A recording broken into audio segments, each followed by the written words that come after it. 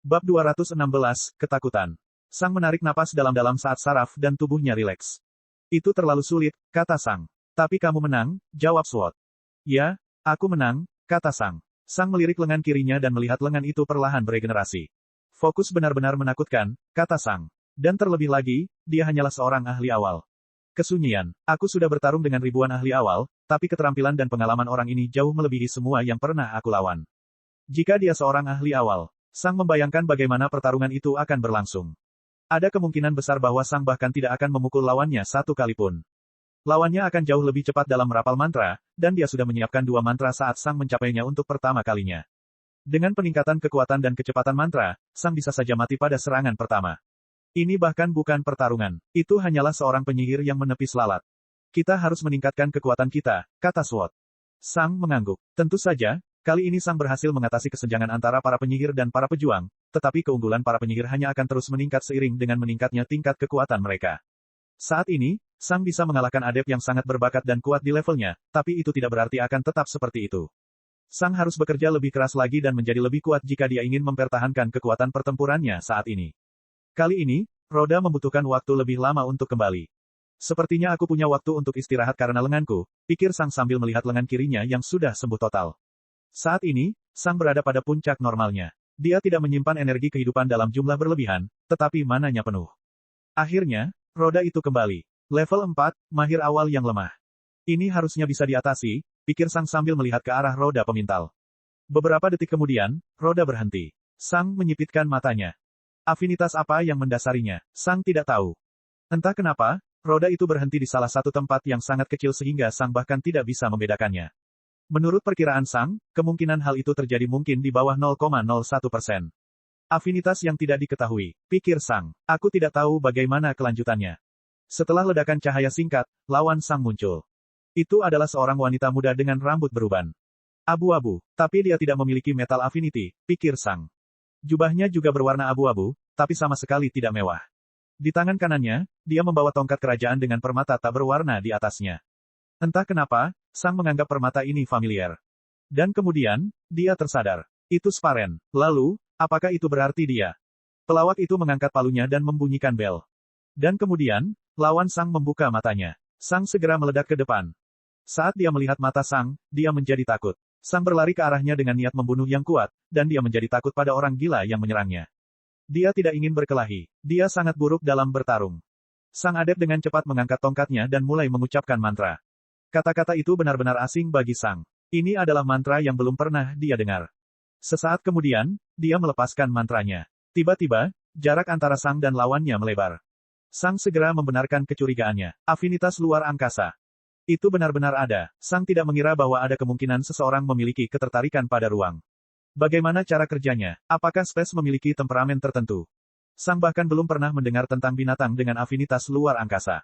Jarak sekitar 30 meter telah tercipta antara Sang dan lawannya.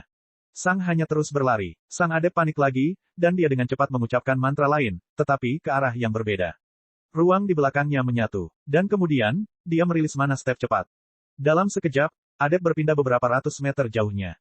Saat Sang keluar dari area pertama dari ruang yang dimanipulasi, kedua area tersebut kembali normal. Sang terus berlari dengan kecepatan penuh. Sang adept telah memperoleh jarak dan waktu yang cukup untuk memikirkan sebuah rencana. Dia sangat buruk dalam bertarung, dan afinitasnya hampir tidak berguna dalam pertarungan. Akhirnya, dia mulai merapal beberapa mantra. Sang tidak bisa melihat mantra mana yang dia gunakan dari jarak sejauh itu. Beberapa detik kemudian, Sang akhirnya bisa mengetahui mantra mana yang dia gunakan saat ini. Dorong mana. Akhirnya, Sang menghubunginya. Adept mengarahkan tongkatnya ke langit dan menyelesaikan mana pusnya. Medan gaya yang terbuat dari mana muncul di sekitar tongkatnya, dan dia menurunkannya dengan cepat. Sang mengangkat pedangnya dan mengarahkannya saat mengenai mana pus. CRRRK. Karena sudutnya, Sang didorong ke samping oleh Manapus. Kemudian, adept dengan cepat menyelesaikan mantra keduanya. Dia mengangkat tongkatnya lagi dan memukulnya. Kali ini, Sang tidak bisa mengelak.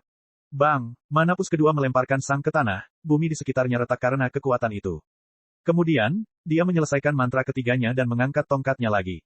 Dorongan mana lainnya? Bang! Dia memukul tubuh Sang di tanah, mendorongnya lebih jauh ke dalam bumi. Seluruh tubuh Sang bergetar, dan dia menerima beberapa memar, tetapi memar itu dengan cepat diatasi oleh mana miliknya. Kemudian, adept menyelesaikan mana pus lainnya dan menghantamkannya ke Sang. Kawah di sekitar Sang melebar, dan Sang merasakan beberapa otot dan organnya berdarah. Namun bagi orang seperti Sang, cedera seperti itu dianggap ringan. Sang adept memandang Sang dengan ketakutan. Apakah dia sudah mati? Sang segera berdiri, dan teror muncul di matanya. Tidak, kumohon. Dia berteriak, aku tidak pernah melakukan apapun padamu. Sang dengan cepat meraihnya dan meraih tenggorokannya. Pada saat ini, Sang merasa tidak enak. Mahir ini jelas tidak ingin melawan Sang. Dia hanya ingin melarikan diri. Sayangnya, dia telah dipilih oleh dewa. Dewa ingin dua mainannya bertarung. Dan sayangnya, Sang tidak mampu melepaskan imbalannya. Kekuatanku lebih penting daripada nyawamu, ulang Sang pada dirinya sendiri. Pada akhirnya, Sang membuang muka saat dia mengaktifkan Darkness Absorb. Jika dia bisa, dia akan membunuhnya dengan cepat, tetapi dia membutuhkan tambahan energi kehidupan untuk pertarungan berikutnya. Sang mendengar jeritan paling mengerikan yang pernah dia dengar seumur hidupnya. Jeritan itu menyebar ke seluruh tubuhnya, dan Sang merasa seperti sebagian jiwanya telah terkoyak. Saat teriakan itu berhenti, Sang melemparkan mayat itu ke samping. Dia tidak melihatnya. Sang bisa menangani pembunuhan orang yang ingin menyakitinya. Tapi adept ini tidak pernah mencoba menyakitinya. Tindakan pertamanya adalah melarikan diri. Dan hanya ketika Sang masih mengejarnya dengan niat membunuhnya barulah dia tanpa daya menggunakan beberapa mantra untuk menghadapinya. Saat ini, membunuh penyihir tidak terasa menyenangkan lagi. Perut Sang bergetar ketika dia merasa seperti kehilangan sebagian dari dirinya. Akhirnya, mayat itu lenyap. Kemudian, sorak-sorai kembali muncul. Pada saat ini, Sang membenci sorakan itu lebih dari sebelumnya. Dia belum melakukan apapun yang pantas untuk disemangati. Bab 217, Aku Harus Membunuh. Sang benci sorakan itu lebih dari apapun saat ini. Sang telah dihadapkan pada suatu pilihan. Bunuh adept dan dapatkan lebih banyak hadiah atau pergi dengan hadiahnya saat ini. Sang bisa membunuh musuhnya. Dia bisa membunuh orang yang ingin menyakitinya. Sial, dia bahkan bisa membunuh orang yang ingin mencuri darinya. Tapi adept tidak melakukan apapun. Dia hanya melarikan diri dari awal. Pada akhirnya, Sang memutuskan bahwa kekuatannya lebih penting daripada nyawa seseorang yang tidak bersalah. Namun, dia tetap menyesalinya. Mengapa Tuhan menempatkan dia di depan pilihan seperti itu? Apakah ini semua hanya untuk hiburan? Pada saat itu, rodanya kembali. Level 5, rata-rata mahir awal. Sang melihat ke arah roda yang mulai berputar. Tentu saja itu hanya permainan baginya. Dia sudah memberitahuku bahwa seluruh dunia ini hanya ada untuk menghiburnya. Tujuan keberadaan setiap orang di dunia ini adalah untuk menghiburnya. Itu dia, hanya itu saja. Roda melambat. Sang mengepalkan tangannya. Sang bersikap ambivalen terhadap Tuhan sampai sekarang. Jika dia ingin bermain-main dengan kehidupan, itu adalah urusannya. Tapi sekarang, Sang sudah merasakan bagaimana rasanya menjadi mainannya. Pada saat itu, malam dengan para bandit terlintas di benak Sang. Sang ingat apa yang dia pikirkan saat itu. Tidak membunuh semua orang membuat kematian orang yang kubunuh menjadi tidak berarti. Ini adalah apa yang dia katakan berulang kali pada dirinya sendiri. Bagaimana dengan adepnya? Bagaimana dengan semua prajurit dan penyihir lain yang muncul dalam uji coba ini? Apakah mereka datang ke sini atas kemauan mereka sendiri? Apakah mereka terpaksa berada di sini? Apakah mereka baru saja diciptakan oleh Tuhan? Bagaimana dengan kematian mereka? Apakah kematian mereka ada artinya? Sama seperti dulu, kematian mereka menjadi tidak berarti jika tidak mempengaruhi situasi secara keseluruhan. Akhirnya, roda berhenti di Wind Affinity. Setelah ledakan cahaya singkat, lawan Sang muncul. Itu adalah seorang pria muda dengan rambut panjang berwarna hijau. Dia mengenakan jubah yang bisa ditemukan di akademi. Kali ini, tidak ada fokus. Untuk sesaat, Sang telah mengantisipasi bahwa rata-rata ahli awal sudah menggunakan fokus, namun bukan itu masalahnya. Sang memandang lawannya dengan mata menyipit. Jika saya ingin pengorbanan mereka bermakna, saya harus mengubah situasinya. Itu artinya aku harus mencapai kekuatan tertinggi. Saya hanya memiliki kekuatan untuk mengubah keadaan jika saya memiliki kekuatan tertinggi. Aku harus membunuh setiap makhluk yang menghalangi jalanku. Jika aku mati terhadap musuhku, semua pertarunganku di masa lalu akan sia-sia. Pelawak itu perlahan mengangkat palunya dan membunyikan bel. Pada saat itu, Sang adept membuka matanya dan memperhatikan Sang dengan ekspresi serius. Bang! Sang meledak ke depan dengan seluruh kecepatannya. Aku tidak boleh kalah. Aku harus membunuhnya. Adept tidak membuang waktu dan segera mengaktifkan mana shield miliknya. Setelah itu, dia mulai mengucapkan mantra. Sang mengenali mantra itu, namun pendekatannya tidak berubah. Tepat sebelum Sang mencapai musuhnya, Adept mengubah mantranya. Sang menyiapkan pedangnya. Kemudian, Adept menurunkan tongkatnya dan menunjuk ke bawah. Sang melompat. Sang Adept menebas ke atas dengan tongkatnya. Dorong mana, kaki Sang terkena mana push, namun kekuatannya tidak cukup kuat untuk melukainya. Namun, Sang terlempar lebih dari 10 meter ke langit. Saat ini, Sang berhenti tinggi di langit, melihat ke bawah. Sang menyentuh pedangnya dengan tangan kirinya. Lengannya berhenti berkembang, namun Sang segera menggunakan energi kehidupan yang dikumpulkannya dari pertarungan sebelumnya untuk memulihkannya. Sesaat kemudian, Adep menyelesaikan mantra pertamanya dan menunjuk ke arah Sang. Mata Sang menyipit. Bang! Sang menendang ke kanan, melepaskan Ice Blast. Sesaat kemudian, ruang di samping Sang melengkung saat suara pedang bergema di telinganya. Ini adalah mantra mahir, bila angin. Seperti namanya, mantra bila angin menghasilkan bila angin terkonsentrasi, yang akan melesat ke kejauhan. Sang menendang ke belakang dengan kaki lainnya dan melepaskan Ice Blast lainnya, membuatnya menembak ke arah lawannya. Dia tidak menganggapku serius. Sang berpikir saat jantungnya berdetak kencang. Saya punya kesempatan. Sang adept dengan cepat mengeluarkan mana step, tapi dia belum siap untuk melemparkannya secepat ini. Karena itu, Sang berhasil mengenai mana shield dengan pedangnya. Kilatan hitam darkness mana melintasi mana shield sebelum menghilang. Adept tampaknya berteleportasi sejauh 100 meter karena dia telah menggunakan mana step tercepat yang bisa dia gunakan. Saya punya kesempatan. Bang! Sang mengarahkan lengan kirinya ke belakang dan melepaskan Ice Blast untuk mempercepat kecepatan tertingginya secara instan. Saat Sang menyerang adept lagi, adept melanjutkan perapalan mantranya. Sang meninggalkan aliran uap saat kakinya, dan lengan kirinya mulai mendingin, berkat angin. Kali ini, adept lebih cepat, dan dia menyelesaikan Wind Blade pertamanya ketika Sang telah mencapai titik tengah. Tepat ketika Sang mencapai adept, mantra kedua telah selesai. Mata mereka bertemu saat ini. Sang sangat dekat dengan adept, tetapi adept telah menyiapkan dua mantra. Sang adept menunjuk ke arah Sang dengan tongkatnya. Bang! Sang melepaskan Ice Blast kecil dengan kaki kanannya untuk menembak ke kiri. Itu tidak terlalu kuat, tapi membuat gerakannya tidak dapat diprediksi. Tongkat adept mengikuti gerakan Sang saat dia mengelilingi mana shield dengan sangat dekat. CRRRRRK. Sang membiarkan pedangnya menggerogoti mana shield saat dia berlari mengelilinginya, perlahan-lahan memotong mananya. Dalam sekejap yang menegangkan, Sang penyihir tiba-tiba mengincar tempat di mana Sang akan segera berada. Bang! Kaki Sang meledak hanya dengan sedikit api. Itu tidak terlalu banyak, tapi itu memungkinkan dia untuk melompati mana shield sambil mengayunkan pedangnya ke sana. Sang adept bereaksi sangat cepat dan menunjuk ke lokasi di mana Sang akan mendarat. Bang! Ledakan es kecil terjadi kemudian, dan Sang mendarat di sisi yang benar-benar berbeda dari yang diantisipasi Sang mahir. Bang! Ledakan api kecil lainnya, dan Sang kembali menyerang perisai itu dengan pedangnya yang bergesekan. Sang adept mengertakkan gigi karena frustrasi. Kemudian, dia mengucapkan kata untuk mana step. Bang! Sang memukul mana shield saat melewatinya. Bang! Sang melepaskan Ice Blast lagi dari kakinya dan meledak ke depan. Dengan hanya melepaskan ledakan kecil, Sang mampu menstabilkan suhu kakinya, sehingga dia bisa menggunakan ledakan besar lainnya. Ledakan kecil ini tidak berguna untuk meningkatkan kecepatan, tapi tidak buruk jika menyangkut perubahan arah.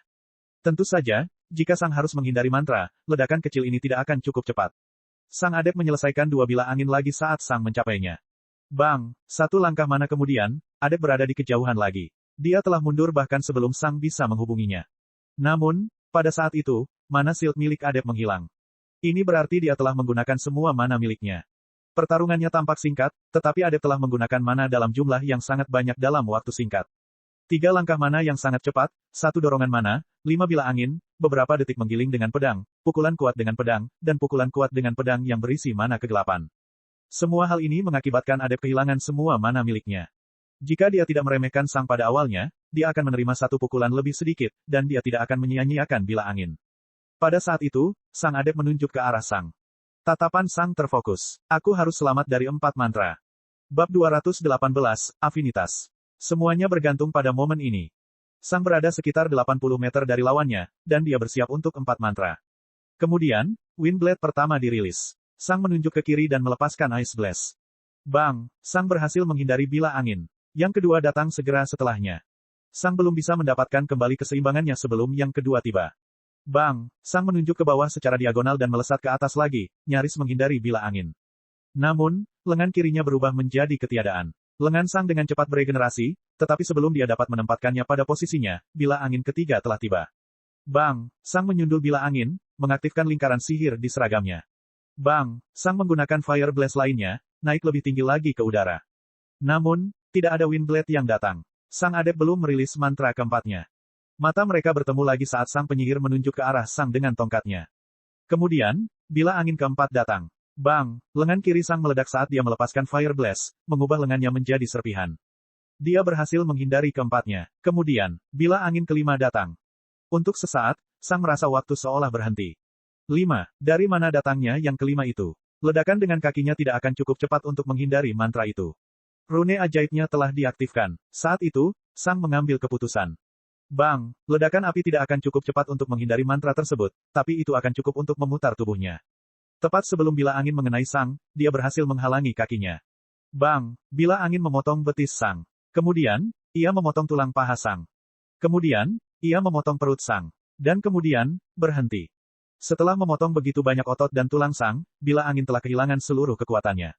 Namun, Sang tidak lagi memiliki energi kehidupan atau mana. Sesaat kemudian, seluruh organ tubuhnya akan terlepas dari tubuhnya dan menghujani lantai berkeping-keping. Usus, hati, dan punggung bawah Sang telah hancur total. Bahkan jika dia berhasil mencapai Adep, dia tidak akan bisa membunuhnya. Sang Adep masih memiliki kakinya. Sang tidak melakukannya. Sang mengertakkan giginya saat dia menaruh pedangnya pada luka besar di perutnya. Pedang itu menjaga organ-organnya agar tidak terjatuh saat tubuhnya berputar ke arah Adep. Boom! Ledakan api yang sangat besar meninggalkan perut bagian bawah Sang. Mata Adep terbuka ketika dia melihat pedang dengan cepat mendekatinya. Pedang itu menembus kepalanya tanpa masalah apapun. Bang! Tubuh Sang meluncur di atas Adep dan terus berguling-guling di tanah. Sesaat kemudian, asap dari perut Sang terangkat. Seluruh perut Sang mengalami luka bakar parah. Dan organnya masih di dalam. Dia telah membakar lukanya dengan Fire Blast. Sang melemparkan pedangnya ke samping, meraih tanah dengan sisa lengannya, dan melemparkan dirinya ke arah mayat itu. Kemudian, dia menyerap energi kehidupan yang keluar dari tubuh dengan Darkness Absorb. Tidak banyak yang tersisa, tetapi Sang berhasil mendapatkan cukup uang untuk menumbuhkan kembali organnya. Sesaat kemudian, Sang merasakan keinginan muntah yang tak tertahankan dan menyakitkan. Dia melakukannya, dan aliran darah dan isi perut keluar dari mulutnya. Namun, Sang tidak pernah begitu senang muntah darah seumur hidupnya. Itu berarti dia selamat. Setelah memuntahkan beberapa liter darah, Sang terjatuh ke samping dan hanya melihat ke langit. Kesunyian. Dan kemudian, bersorak. Aku menang, kata Sang sambil terengah-engah. Pedang perlahan meluncur kembali ke Sang dan bertumpu pada tangan kanannya. Kami menang, kata Sword. Sang memandang pedang. Ya, kami menang. Mayat Adep yang sudah kering menghilang tak lama kemudian. Sama seperti terakhir kali Sang mengalami cedera seperti ini, rodanya membutuhkan waktu untuk kembali. Semenit kemudian, Sang berdiri. Tubuhnya telah pulih sepenuhnya. Kerusakannya memang parah, tapi masih jauh lebih mudah untuk diperbaiki dibandingkan kerusakan yang disebabkan oleh penggunaan kemampuan misteriusnya. Kami menang melawan rata-rata ahli awal pertama kami. Saat itu juga, rodanya kembali. Sang melihat ke arah kemudi, dan sesaat, dia mempertimbangkan untuk kalah. Dia tidak ingin mati lagi. Perasaan mati sangat mengerikan. Dia sudah mengumpulkan 21 poin. Apakah dia benar-benar membutuhkan 22? Level 6, mahir awal yang kuat. Sang juga bisa saja menggunakan kemampuannya untuk mendapatkan poin ini. Bukankah seharusnya dia istirahat? Bukankah seharusnya dia mendapat imbalan? Roda mulai berputar. Sang memejamkan mata dan menarik napas dalam-dalam. Tidak, saya harus. Bagaimana aku bisa berharap menjadi yang terkuat jika aku tidak memberikan segalanya? Aku tidak bisa membuat kematian musuh-musuhku sebelumnya menjadi sia-sia. Kemudian, Sang membuka matanya dan melihat ke arah roda dengan api di matanya. Jadi bagaimana jika aku mati? Itu hanya momen horor yang akan segera berlalu. Sesaat kemudian, roda berhenti di Ice Affinity. Setelah kilatan cahaya singkat, lawan Sang muncul. Itu adalah seorang wanita muda yang cantik dengan rambut panjang berwarna biru es. Dia membawa permata biru di tangan kanannya, yang diorbit oleh sebuah lingkaran. Itu adalah Fokus. Sang menarik napas dalam-dalam dan melihat ke lengan kirinya. Lalu, dia melihat lawannya. Pelawak itu mengangkat palunya dan membunyikan bel. Gadis itu membuka matanya, dan dia menatap Sang. Sang meledak ke depan dengan seluruh kecepatannya. Dia tidak percaya bahwa kemampuannya memiliki jangkauan yang tidak terbatas. Dari apa yang dia lihat, area penghancur dari kemampuannya adalah sebuah kerucut. Setidaknya, lubang landak itu berbentuk kerucut. Jika Sang tidak mendekat, kekuatannya mungkin akan terlalu tersebar untuk membunuh lawannya. Gadis itu dengan cepat melemparkan mana shield miliknya. Dan kemudian, cahaya sedingin es muncul di atasnya. Dia mulai mengucapkan kata-kata mistis, dan aliran mana yang sedingin es keluar dari mulutnya dan memasuki cahaya dingin di atasnya. Tapi itu bukanlah segalanya. Fokusnya juga mengirimkan ais mana ke arah cahaya. Saat Sang melihat itu, matanya membelalak. Fokus fusi. Seorang ahli awal bisa melakukan itu. Sang berpikir dengan ngeri. Ketika Sang masih berjarak 40 meter, lawannya telah selesai menciptakan mantranya. Sebuah es sepanjang 2 meter muncul di atasnya. Ketika Sang melihat es itu, perasaan gemetar menjalar ke seluruh tubuhnya. Mantra itu memiliki kekuatan serangan dari monster tahap umum akhir. Itu akan menembus seragamku dalam satu serangan dan membunuhku. Masih ada jarak 40 meter antara dia dan lawannya. Akankah kekuatannya yang tersebar cukup untuk membunuhnya? Lengan kiri Sang menunjuk ke depan. Lalu, lengan kirinya berubah menjadi debu. Tapi bukan itu saja. Kedua kakinya juga berubah menjadi debu. Dan terakhir, salah satu matanya berubah menjadi debu. Sang Adep melepaskan esnya, yang melesat ke arah Sang dengan kecepatan luar biasa. Sesaat kemudian, tubuh Sang berhenti berkembang, dan dia terjatuh ke tanah. Kesunyian. Sang merasakan sakit datang dari seluruh tubuhnya, kelemahan mencengkeram dirinya.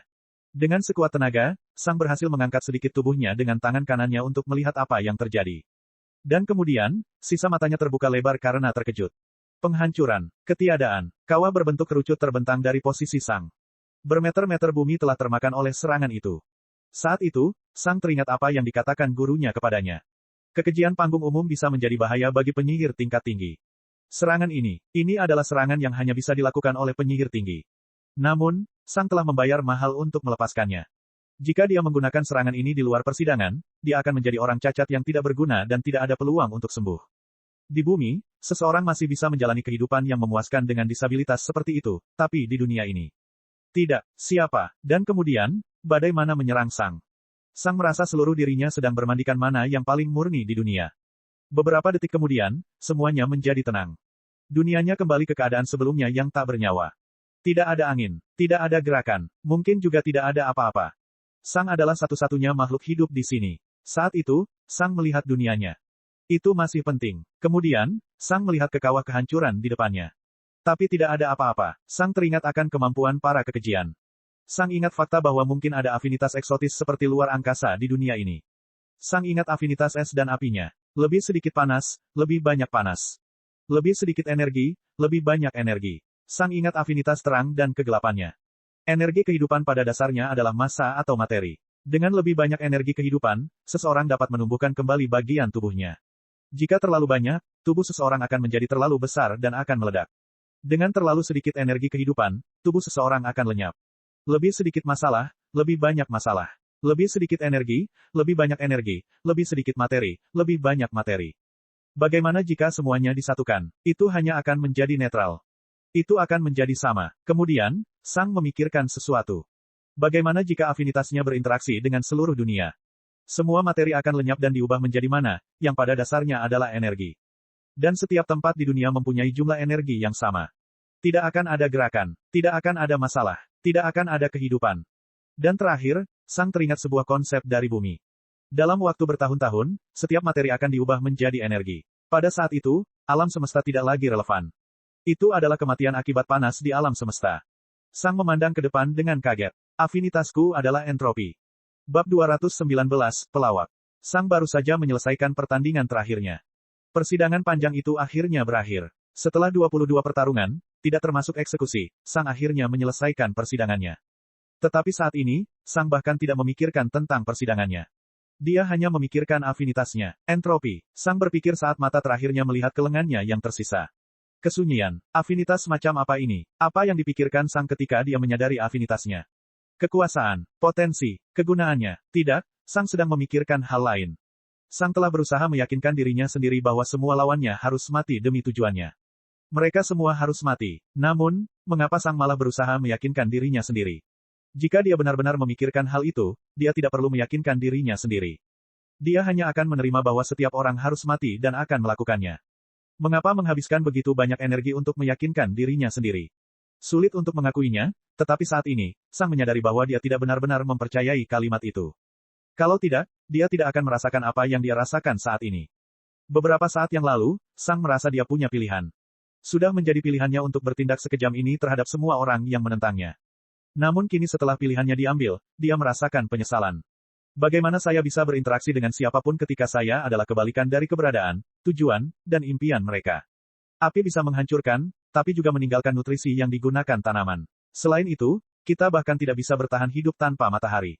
Air dan bumi bisa menghancurkan, tapi keduanya adalah landasan kehidupan. Angin membawa pergerakan ke dunia. Selain itu, oksigen juga penting bagi kehidupan. Lalu bagaimana jika cuacanya dingin? Ada cukup banyak hewan yang bisa hidup di tundra. Semua tubuh kita menggunakan petir untuk berfungsi. Logam, siapa yang tidak membutuhkan zat besi dan magnesium untuk tubuhnya? Cahaya hanyalah kehidupan, dan kegelapan juga bisa melindungi. Entropi, apa yang bisa dilakukan entropi? Entropi adalah antitesis dari semua yang kita ketahui. Di entropi, tidak ada yang relevan lagi. Tanpa pergerakan, ruang menjadi tidak berarti. Tanpa perubahan, waktu menjadi tidak berarti. Entropi berarti tidak ada kehidupan. Entropi berarti tidak ada apa-apa. Tidak ada apa-apa. Sang tetap diam saat dia melihat ke tanah dengan sisa matanya. Bagaimana jika aku menjadi lebih kuat? Lalu bagaimana? Apakah aku akan mulai menghancurkan segala sesuatu di sekitarku? Untuk sementara, Sang tidak yakin dengan apa yang dia pikirkan. Dia sedang memikirkan sesuatu, tapi dia tidak tahu apa yang dia pikirkan. Dia hanya tahu bahwa dia sedang berpikir. Mungkin dia sedang mencoba mengurai jaringan emosi ini. Mungkin dia mencoba memahami situasinya. Dia tidak tahu. Namun, pada akhirnya, Sang menghela nafas. Sang membalikkan tubuhnya untuk berbaring telentang sambil memegang lengan terakhirnya ke arah matahari di dunianya. Sang hanya melihat lengannya. Lengan ini tidak dapat diciptakan. Itu hanya bisa menghancurkan. Bagaimana pengaruh kenaikanku terhadap dunia di sekitarku? Aku tidak tahu. Sang hanya melihat lengannya sebentar. Lalu, Sang menghela nafas lagi. Mungkin aku terlalu memikirkan semua ini. Aku tidak tahu. Maksudku, aku masih bisa membantu orang lain, kan? Tetapi apakah itu yang kuinginkan? Aku rasa ini. Tidak yakin. Maksudku, aku sedang memikirkan hal-hal ini sekarang. Jika saya tidak peduli, saya tidak akan memikirkan hal-hal ini. Kesunyian. Sang hanya melihat tangannya. Aku tidak tahu. Akhirnya selesai murung. Sang mendengar suara melengking dan nyaris tidak bisa menggerakkan tubuh lemahnya untuk melihat sumbernya. Itu si badut, orang yang selalu membunyikan bel dengan palunya. Saat ini, badut itu sedang berdiri di samping Sang, palu masih di tangan. Bahkan sekarang, mesin itu terlihat seperti mesin yang murah. Hei, aku melakukan banyak pekerjaan pada boneka ini. Jangan menyebutnya mesin murahan, teriak si badut sambil mendengus. Mata Sang melebar karena terkejut. Dia tidak mengatakan itu. Dia hanya berpikir, oh, itu dia, tentu saja, ini aku, kata si badut dengan seringai lebar dan menyeramkan. Aku selalu menyukai para pelawak. Mereka lucu. Sang melakukan yang terbaik untuk tidak berselisih paham dengan Tuhan dalam pikirannya. Mengapa kamu di sini? Sang bertanya. Kenapa aku tidak bisa berada di sini? Si badut bertanya sambil menyeringai. Inilah duniaku. Aku bisa melakukan apapun yang kuinginkan di dalamnya. Sang terdiam beberapa saat. Aku menyadarinya, kata Sang. Ada implikasi yang pasti dari cara dia mengucapkan kata-kata ini. Oh, ada yang gila, kata si pelawak sambil berjalan mengitari tubuh Sang yang sudah berhenti berkembang, setiap langkahnya menimbulkan suara melengking. Kamu marah karena harus menghiburku. Begitukah? Si badut bertanya sambil tersenyum lebar. Sang tidak menjawab. Terus, teriak si badut sambil tertawa keras. Kalau begitu, marahlah. Itu tidak akan mengubah kenyataan. Rahang Sang menegang, tapi dia bahkan tidak berpikir untuk tidak setuju dengan si badut itu. Tidak ada yang bisa dilakukan Sang. Dewa itu seperti Storm Eagle. Warriors Paradise hanya ada karena Storm Eagle tidak ingin menghancurkannya.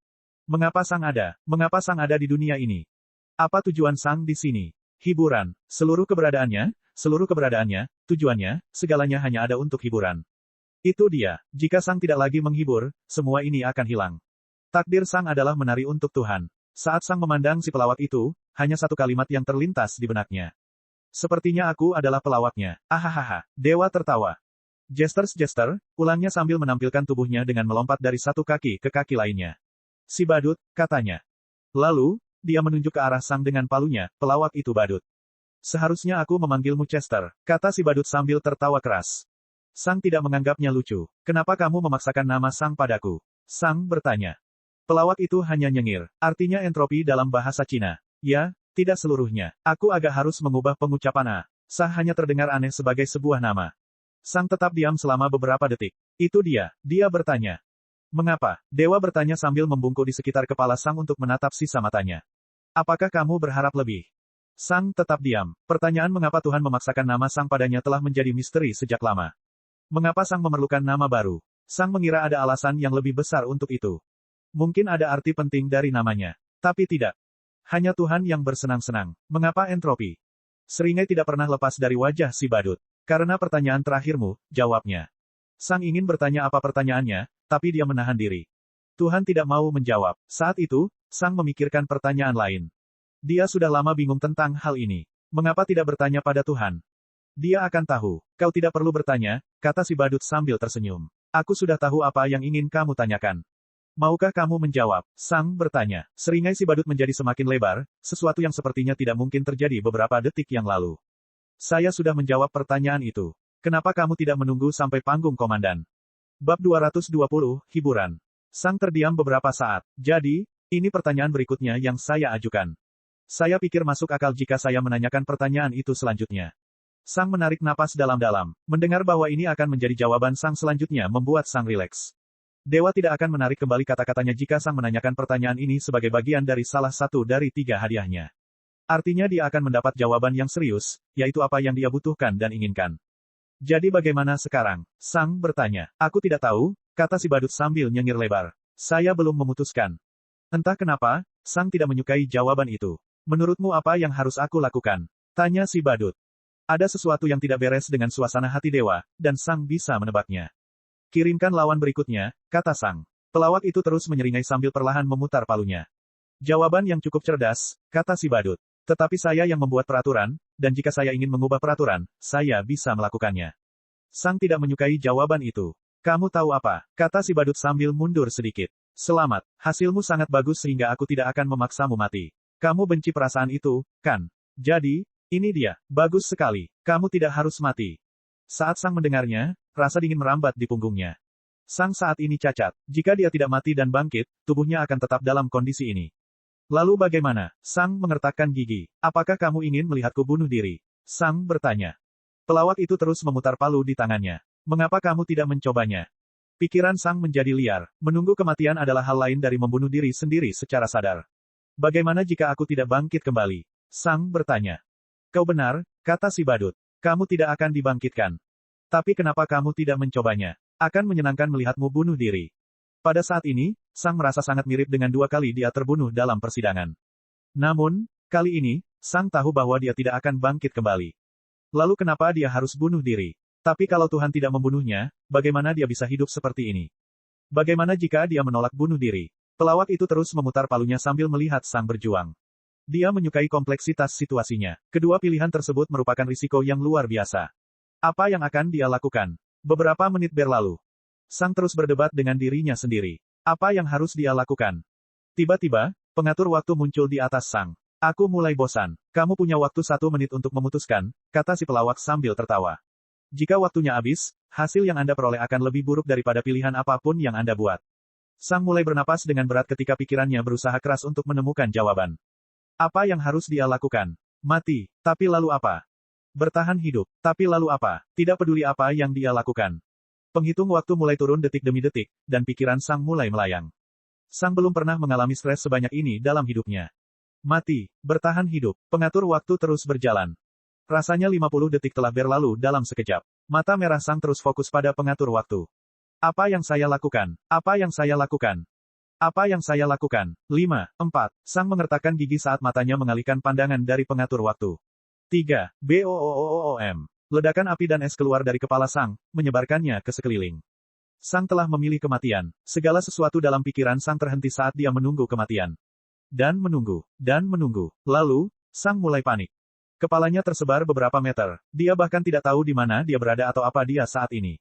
Kenapa dia tidak mati? Sebuah sapu muncul di tangan si badut ketika dia mulai menyapu seluruh bagian kepala Sang. Sensasi yang dirasakan Sang saat ini tak terlukiskan. Sang tidak bisa memikirkan apa yang sedang terjadi saat ini. Setelah beberapa detik, badut itu selesai menyapu semua pecahan kepala Sang dan membuangnya ke dalam ember. Kemudian, si badut memasukkan kedua tangannya ke dalam ember dan menguleninya seperti adonan. Beberapa detik kemudian, si badut mengangkat kepala baru dari ember sambil tersenyum. Namun, ada satu hal yang berbeda pada kepala ini. Sang sekarang mendapatkan mata keduanya kembali. Pelawak itu hanya menatap mata Sang sambil tersenyum. Apakah kamu pikir kamu memiliki kekuatan untuk mati di bawah pengawasanku? Dia bertanya perlahan. Sang tidak menjawab. Tubuhmu tidak penting. Jiwamu tidak penting. Pikiranmu tidak penting, kata si pelawak. Jika aku ingin kamu ada, kamu akan ada. Bahkan jika aku mengubahmu menjadi debu, kamu akan tetap ada. Jika kamu mati, aku bisa menciptakanmu kembali. Aku bisa menjadikanmu yang kedua. Pelawak itu mendekatkan kepalanya ke wajahnya. Dan jika aku mau, aku bisa menghentikan keberadaanmu. Sang tidak menjawab. Dia belum pernah merasa tidak berdaya seperti ini dalam hidupnya. Ketakutan dan rasa sakit yang mendalam muncul di benak Sang. Saat ini, Sang benar-benar merasa tidak berharga. Dia tidak bisa berbuat apa-apa. Nah, kita tidak bisa memilikinya, kata si badut. Jika kamu kehilangan semua motivasi, menontonmu akan membosankan. Lihat, Sang merasakan sengatan di wajahnya dan menggosoknya dengan tangannya. Sang menunduk dan menyadari bahwa tubuhnya telah pulih sepenuhnya. Pada saat itu, Sang merasa telah mendapatkan kesempatan hidup baru. Kamu memilih dengan benar, kata si badut sambil melompat menjauh dari Sang. Sedikit menggigit kembali memang menyenangkan, tapi aku berguna untukmu. Jangan lupa, kamu seharusnya membuat dunia ini menyenangkan, dan untuk itu, aku butuh lebih banyak barang. Hanya penyihir yang membosankan. Jika kamu terlalu tidak menaatiku, kamu mungkin memutuskan bahwa kamu tidak ingin membantu jalur kesatria lagi. Begini, aku ingin duniaku menyenangkan. Kalau tidak menyenangkan, aku akan bosan. Pelawak itu menoleh ke arah Sang dan menyeringai padanya. Apakah kamu ingin melihat apa yang terjadi saat aku bosan? Dia bertanya. Sang merasakan getaran di punggungnya. Tidak, kata Sang. Seringai si badut berubah menjadi senyuman. Kamu tahu kenapa semua ini terjadi, komentarnya. Sang mengangguk. Karena saya menggunakan entropi untuk menang melawan 3 musuh, saya seharusnya tidak menang melawannya, kata Sang. Ini sudah merupakan tebakan Sang sejak awal. Indikator terbesarnya adalah kurangnya dukungan setelah Sang memenangkan pertarungan ini. Jika Sang bersedia memikul kelemahan kemampuannya, dewa tidak akan keberatan. Namun, Sang pada dasarnya menggunakan kekuatan dewa untuk membangkitkan dirinya sendiri, mengabaikan kelemahannya. Dan Tuhan tidak menyukai hal itu. Apakah kamu ingin 22 atau 19 poin? Tanya si badut. Ini sepertinya pertanyaan yang tidak bersalah. Namun, Sang merasa jawaban atas pertanyaan ini akan memiliki konsekuensi jangka panjang. Sang tahu bahwa pertanyaan ini penting. Apa yang harus saya lakukan jika saya menginginkan 22 poin? Sang bertanya. Pelawak itu memutar palunya lagi. Selama beberapa detik, dia tetap diam. Aku hanya ingin kamu melakukan satu hal di dunia nyata, kata Sang Dewa. Aku akan memberimu sarana untuk melakukannya, dan itu tidak akan memakan waktu lebih dari beberapa menit. Namun, kamu tidak akan menyukainya. Kamu harus membunuh seseorang. Lalu akan jadi apa ini? 19 poin dan hadiah yang kamu dapatkan tanpa perlu melakukan apapun. Atau 22 poin di mana Anda harus membunuh seseorang yang tidak ingin Anda bunuh. Akan apa? Sang merasa ada lubang terbuka di dadanya. Sepertinya dia telah ditempatkan di depan adep itu lagi dengan Space Affinity. Tapi kali ini, Sang harus membunuh seseorang yang tidak ingin dia bunuh, dan itu hanya seseorang yang dia kenal. Dan pilihannya tidak ada di tangannya. Bagaimana jika Tuhan ingin membunuh guru Sang? Bagaimana jika dia ingin membunuh Astor, Fiera, Yiral, Matius, Adipati Angin Puyuh? Bisakah Sang membunuh orang seperti itu hanya dengan 3 poin? Bukankah 19 poin sudah cukup? Sang butuh waktu lama untuk memutuskan. Dia harus memutuskan antara peningkatan kekuatan yang sedikit lebih besar untuk membunuh seseorang yang tidak bersalah atau peningkatan kekuatan yang normal dengan hati nurani yang bersih. Semenit kemudian, Sang menentukan pilihannya. Cek cek cek cek cek cek cek cek. Rakan-rakan kultivator sekalian, sebelum retret, sila terus berkultivasi untuk jurus 0 subscribe, like, share dan komentar agar sekte ini terus berkembang pesat.